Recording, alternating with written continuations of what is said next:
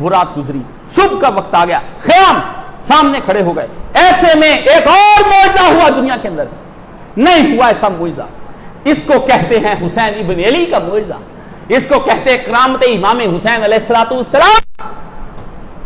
ایک شخص جو ادھر کھڑا ہے اور وہ کمانڈر ہے ایک بہت بڑے دستے کا، اور اسی نے حسین کو یزید کے کہنے پہ روکا ہے، اور اس جنگ کے بعد اس کے سامنے بڑے بڑے عہدے ہیں، منصب ہیں، بہت کچھ ہے. وہ اپنے گھوڑے کے اپنی ڈھال کو اپنی طرف موڑ لیتا ہے. یہ بات ہے کہ طریقہ کار تھا عربوں کا کہ میں ایک بات کرنا چاہتا ہوں. امام حسین کی طرف آیا، یا امام مجھے حر کہتے ہیں. حر کا عربی کے مطلب ہوتا ہے آزاد. فرمایا مجھے حر کہتے ہیں. حر بن یزید ریاحی، اس کے باپ کا نام بھی یزید ہے. مگر دیکھو اس یزید نے کون سا پتر جمع، اور اس نے کیا، وہ یزید کیا تھا، حر ابن یزید ریاحی ہے.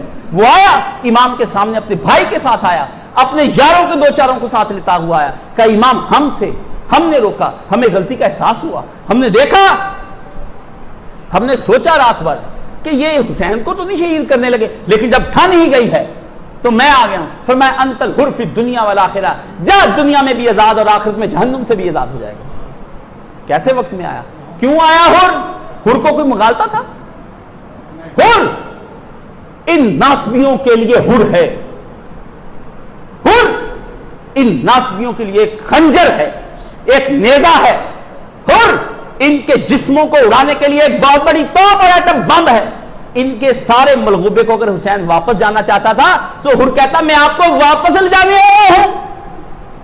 سوچو کیوں تمہارے دماغ بند ہے جی؟ وہ کہتے تھے ہمیں واپس جانے نہیں. اگر واپس جانے کی بات ہوتی تو حر کہتا آپ کا معاہدہ ہو گیا ہے، چلیے ہم آپ کو ساتھ لیں، آپ نے تو معافی مانگ لی ہے. لیکن حر کیوں آیا سمجھ میں نہیں آتا. لو حسین ابن علی جنگ کرتے ہیں. دیکھو اس کی جنگ جس کا نانا بدر میں تنہا کھڑا ہے، دیکھو اس کی جنگ